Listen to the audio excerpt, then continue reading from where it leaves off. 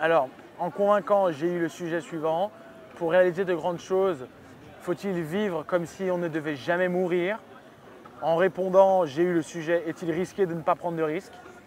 Et en observateur, donc j'ai observé deux débats. Un sur beaucoup d'emplois disparaissent suite à l'automatisation et l'informatisation, qu'en pensez-vous? Et le dernier sujet que j'ai observé, c'était la solidarité intergénérationnelle dans l'entreprise est-elle possible? Qu'en pensez-vous?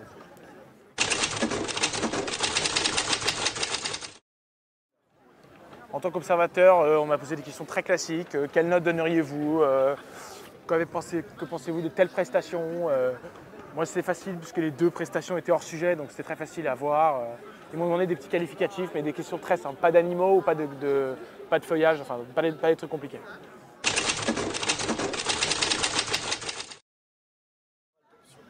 Alors, moi, j'étais en option économie, macro. Et mon sujet, c'était les politiques de lutte contre l'inflation. Alors, on m'a posé des questions du genre, vous avez parlé de l'effet Boskin, mais de quoi est composé l'effet Boskin? Alors ça, c'était assez piégeux. On m'a demandé au tableau d'expliquer la mise en cause par Friedman, pas la courbe de Phillips, mais comment Friedman montre l'illusion monétaire sur le marché du travail avec deux courbes qui se rendent dedans. Et moi, je n'ai pas réussi à répondre à leurs questions.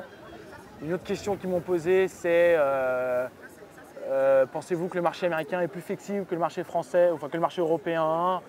Voilà, il y avait des questions très basiques et qu'on avait déjà beaucoup vues en cours. Alors d'abord, connaître tous les cours par cœur. Si vous préparez à l'admission parallèle, vraiment apprendre tous les cours par cœur. C'est qu'en ayant tous les cours par cœur et que ce soit des automatismes que vous arriverez en oral à lâcher des petits trucs importants et des trucs utiles.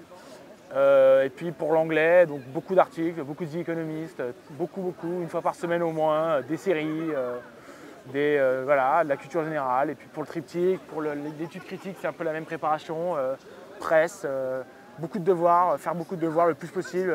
Le prof accepte d'en corriger autant que vous voulez, donc profitez-en et voilà, le plus possible de devoirs et c'est le meilleur conseil que j'ai.